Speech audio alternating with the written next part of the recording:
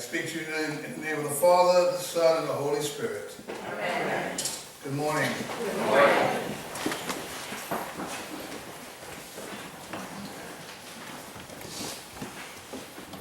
10 lepers crying out to Jesus. 10 lepers. But one returned. Now let's kind of dissect this a little bit. Let's talk about, first of all, let's look at this whole thing called leprosy. For many of us, leprosy, we read about it all over the Bible. We'll find it about 68 times in the Old Testament. It's talked about 13 times in the New Testament. And it covers a lot of stuff. Within the scripture, leprosy covers many diseases, many contagious diseases. The theologians argue back and forth whether it was what we know is known as today as disease of the skin. The reality is, leprosy was something that made a person unclean. What does that mean? Well, within Jewish law, if you have a disease, if you have something if you're sick, you're basically unclean to come into the temple. Now, we thank God that we don't go by that law today, because if that's the case, we're in trouble. Because I'm sick. If I'm sick, I'm coming to church, because I need somebody to lay hands and pray over me. And many of us are sick, and it has nothing to do with the outside. We come because we need God to do something on the inside. But these lepers, within that time, were separated. They weren't allowed to walk around in crowds. Actually, some would say, in some, not all, some theologians disagree with this, but some would say they used to have to ring a bell and let people know they were coming. Now, they couldn't be around the masses, because if you touched someone who had leprosy, it made you unclean, and now you had to be separated from the world. In today's day and age, that would probably be, the closest thing we would know to leprosy, sickness-wise, was someone who has full-blown AIDS. You know how we see someone with HIV and we get real nervous. You like to keep them at a distance. You don't even want to touch them because you're afraid you might catch it. Well, in this day and age, there are many lepers. I like to talk about my brothers and sisters who are formerly incarcerated, who get out of prison, and they're considered lepers. If you think about it, they have to let somebody know when they try to find a job if they've been incarcerated. So they don't like to mingle with the regular folks. They come into some churches, and once people find out they've been incarcerated, they treat them a little differently. Not here, of course, but other places. They become our everyday lepers. Those who sit on the corner with a sign saying, "I work for food." Those who smell a little differently because maybe they haven't taken a shower in a while. They are sometimes treated and considered lepers. I remember Father Rochelle last sermon talked about everyone has a comfort zone. Every church has a comfort zone. We say we want to do mission, but how comfortable would we be if the homeless was sitting next to us this Sunday worshiping God? Would we slide over a little bit? If we had some formerly incarcerated men and women come join us for service, would we move our pocketbooks a little closer? Would we be a little more mindful of where we leave our stuff? Just something to think about. But 10 lepers calling out to Jesus. Jesus, Master, have mercy on us. I find that interesting. Why? Because they were lepers calling to Jesus. So the first thing we have to realize is they knew who he was. I don't call Buddha. I don't call Muhammad. I've read about them, but I don't know who they are. I don't know if they can do anything for me, truth be told. So why bother going out to calling to them? The lepers knew something about Jesus. His reputation had already preceded him. They had heard something. Someone must have said, "Listen, that man heals people." So they called out to Jesus. What I love about the story is how Jesus handles it. He said, "Go see the priest." Excuse me? Now, if it was me, and I'm dealing with a bad disease, and I'm struggling here, and I go to one person, you go to the doctor, and the doctor says, you know, this doctor has been curing people. And you go to this doctor, and you say, doctor, this is what I have. The doctor says, go to the church and pray. Okay, God, I'm going to do that, but what else am I supposed to do? Just go to the church and pray. Come on, doc, there got to be something else. Naaman had that problem in the Old Testament. The prophet told him, go wash. He's like, really, in that dirty river? Don't we have cleaner rivers around here? There's a story told, you know about my stories. There's a story told this woman, and she had to go to the doctor, and the doctor's appointment ran late, and by the time she left there, she still had to go home. She had to stop at the grocery store, pick up the kids from school because she wanted to go to Sunday school. She wanted to go to Bible study that night. So she was running kind of late. And on her way to the grocery store, she prayed to say, God, I need a parking spot. Anybody ever pray for a parking spot? Yeah. Lord, I need a parking spot, but I need one up close. It's starting to rain. I need to be able to get in and get back out. I need a spot that's really, really, really close. And as she's coming around the corner, she sees somebody put on their brake, their reverse lights, right next to the handicap spots. You all know what that means, right? You're close. And she says to God, don't worry, there's a spot opening up. I got it. She told God that he didn't have to worry about getting her a spot because there was a spot open. We ask God to do something, but when it's handled, we kind of forget to say, thank you. It was a minor thing. It was only a parking spot. That wasn't God, right? That was coincidence. That was luck. That was fate. Isn't that some of the words we use? 10 lepers started walking. 10 lepers. Jesus said, go, and they went. I dare say, how many of us would start going if Jesus said, just go? It's a hard thing to do. Last week we talked about faith. It required a lot of faith to believe that if I started walking, something was going to happen. I'm not going to lie to you. I struggle sometimes with just going. There are times in my life where just going is not just that easy. Because God, like we said last week, we're a nation of, we got to see it to go. And God sends us into places where it makes no sense. God, this doesn't make sense. You want me to go to the priest, but I'm not healed yet. Sometimes we just got to go. Sometimes we have to trust God, and when God says pick up and go, that he's got you covered. That while on the way, you see, again, here's the problem. Are we hearing from the Lord? Are we hearing God say, go? Are we hearing God say, I've got you, my child, just start doing it? There have been so many times, I have to be honest, in my life, where I just started doing something. I'm in school, and I'm like, God, I don't have this. All right, God, I don't even have the money to pull this off. All right, but I'm believing that this is where you want me to go. So I went into the session where we had this whole group, and we were going to Cuba, and I really believe that God was sending me and asking me, pushing me to go on this trip. So I'm in a group of people who's saying we're interested in going. I'm like, yeah, I'll go send an interest.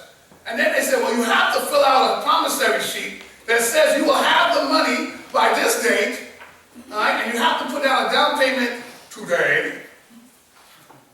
And I'm going, well, I got the down payment, but God, I don't know how we're going to come up with the rest of this $2,500. I'm a student, God. What you going to do? But in my spirit, without a question or doubt, I felt God saying, go. And yes, I wrote that check for $250 and prayed to somebody other. The rest would come. Well, one of these days I'll show you the pictures from Cuba. Had a great time. God showed up. And he provided. Why? Because I was willing to step out on faith and say, okay, God, you're leading me to do this. You're going to provide it. So the lepers started walking. 10 of them. Can you imagine? 10 lepers. 10 folks who were all messed up, walking their way to the temple, and all of a sudden something happens. Yo, hey, look, my she's off. Look. We're healed. Man, something's happened. Yo, look. Hey, we're healed. And out of the 10, one says, let me go back and thank the person who said go. But I want to talk about the other 9. We're going to get to the 10, but let's talk about the other 9. So what would stop the 9 from going back? Well, could it be? The first one might have thought, well, let me make sure this is real. You know how our skeptics are, let me make sure this might be an illusion. I might be thinking I'm cured, but let me just make sure. Sometimes we wait to act just because we want to be sure. We want to be sure. I got news for you. The only surety we have in life is Christ. The only thing that does not change. He said, I am the same yesterday, today, and forever. The one thing that doesn't change is Christ. It's possible that another leper might have said, this might be temporary. Let me make sure it's going to last. You know how we do sometimes. It happens in the church. People come and say, oh, there's a new thing going on over there. I just want to see if it's going to happen, if it's going to last. Is that preacher going to be able to preach every Sunday? Or is he going to die on out? Does he have all that energy all the time? We're going to come and see for a couple of weeks. Before we start committing to nothing, we want to make sure he's the real deal. You know how we do? It's like if you're a Knicks fan, they start off real strong as always, and we kind of hold off before we wear that Knicks hat. Before anybody even know we're a fan, because what usually happens, so we got to hold out a little longer and see if it lasts. So the leper might have been hedging his bet. Let me see if this God thing is real.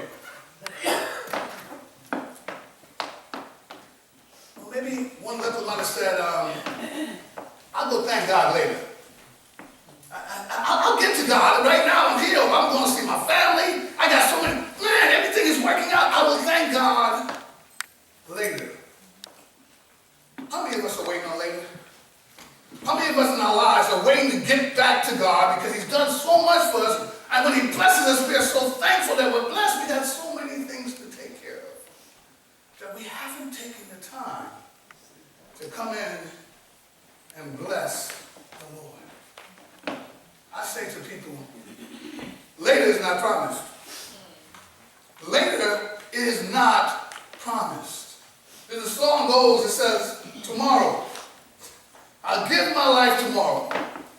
You know how many tomorrows we wait on? I'm going to do that tomorrow. As soon as tomorrow comes, it's today. So we got another tomorrow, right? You see, there's never a tomorrow. Tomorrow never comes because the reality is every time we step into the day, tomorrow is the next day. So we can always put it off until one day we wake up, or maybe we don't, and tomorrow's over. I challenge you to give God thanks in the moment.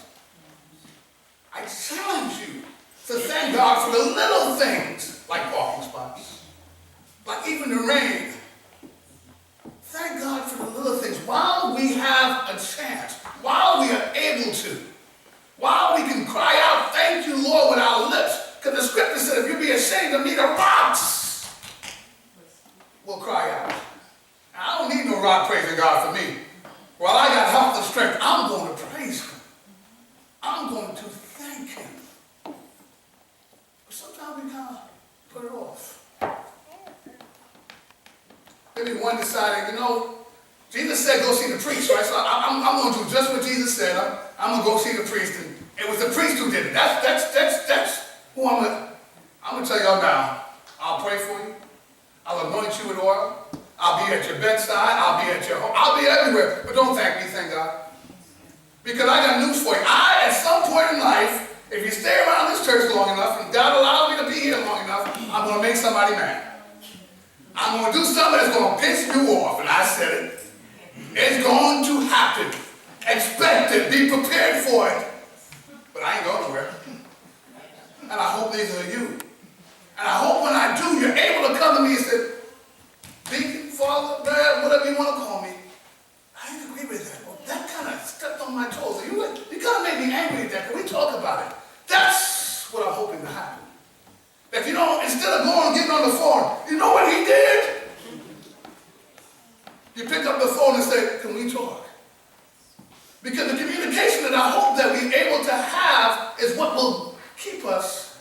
together. I don't like, well, around here we ain't got parking lot conversations, so we have phone meetings.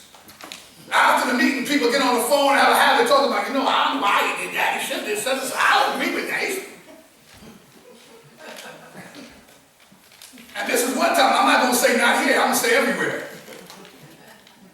But in order for us as a church to be able to be stronger, to have a foundation at home, it means that we have to be able to communicate honestly with each other.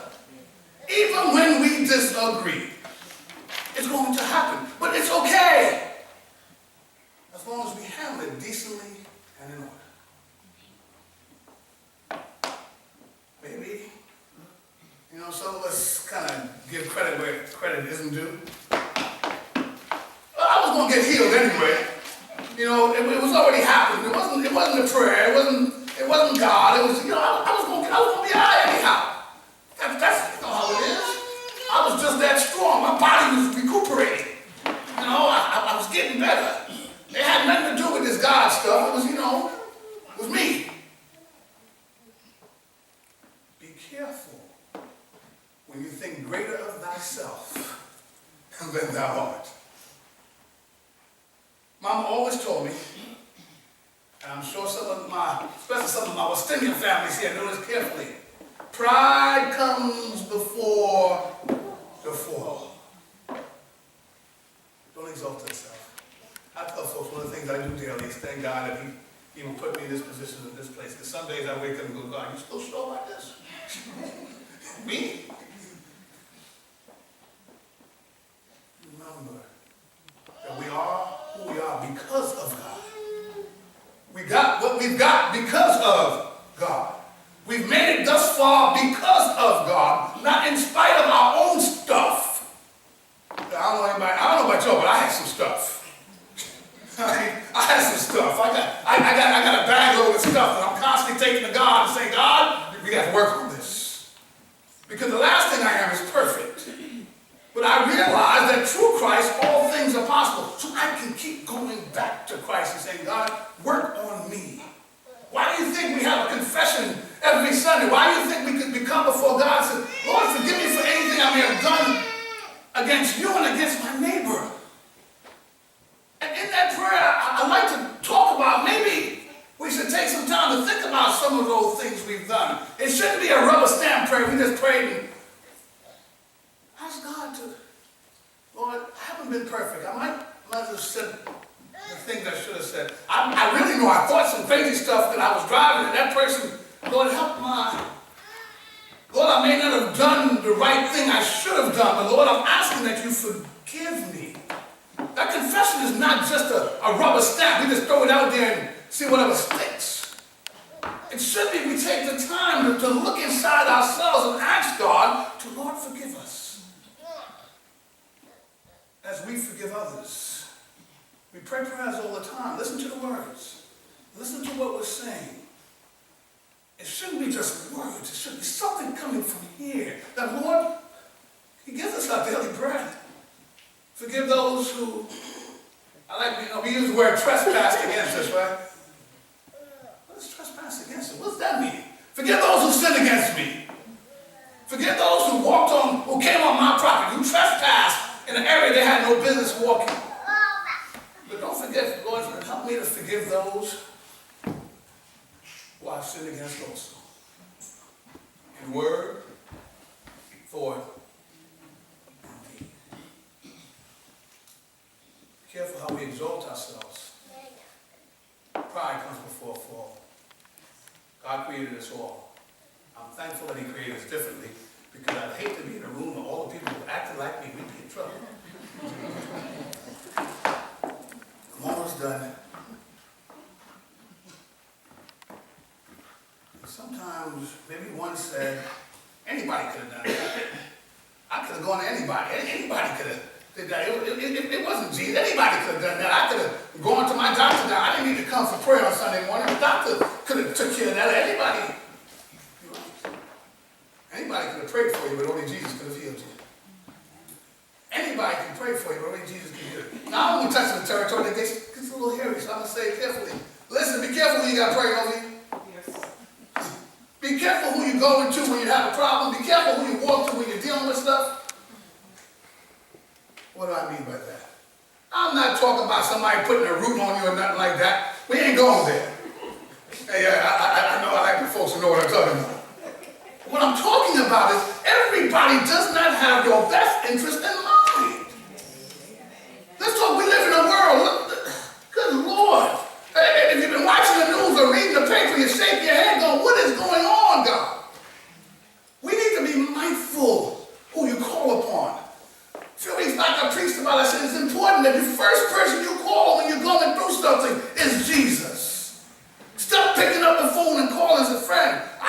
Listen, I love my mother. I know my mother is spiritual. I know my mama talk to God every day, all day.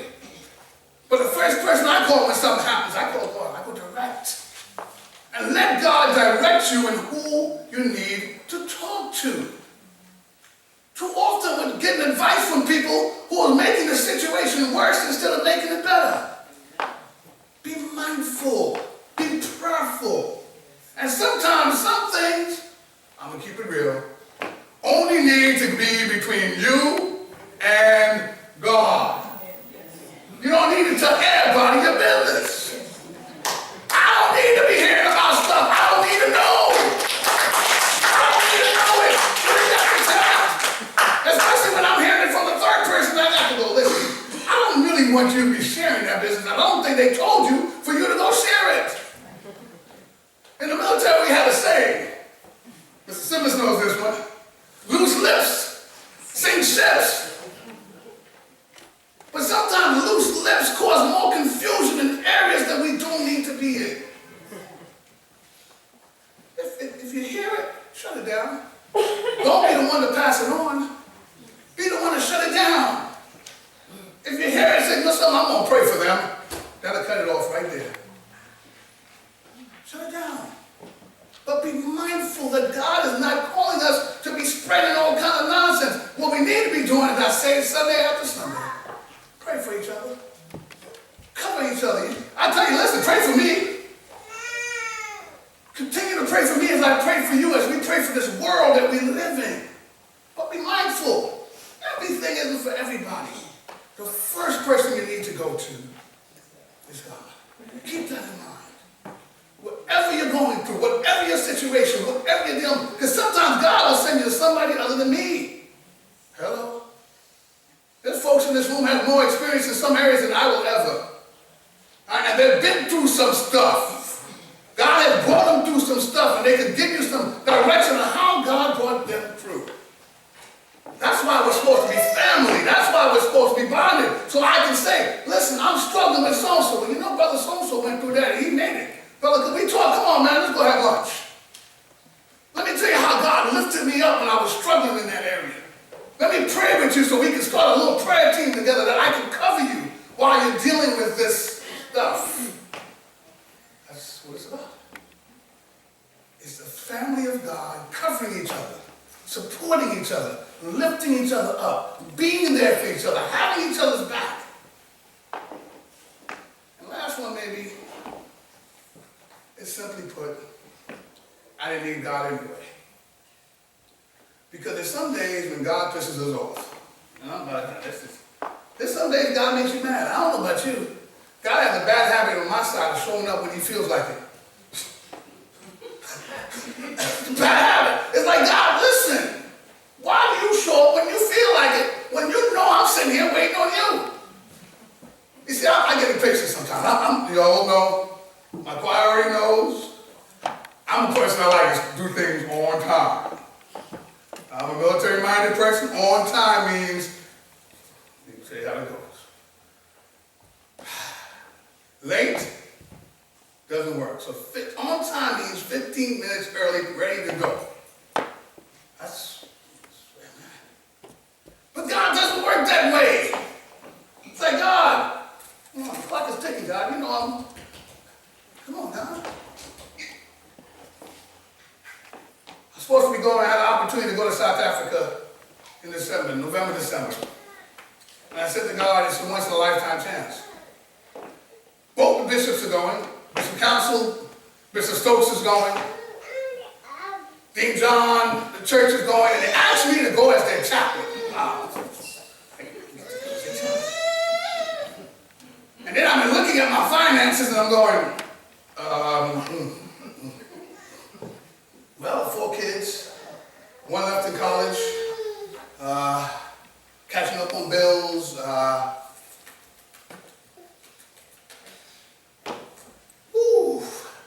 So I gave him a call and said, listen, I can't go. There's no way, and please don't understand, I ain't asked you to go for no money. I got on the phone and I said, God, I can't go. I told him, I said, I can't go. I said, it's not there. I got a call on Friday. Listen, if we gave you $1,000 towards it, can you go?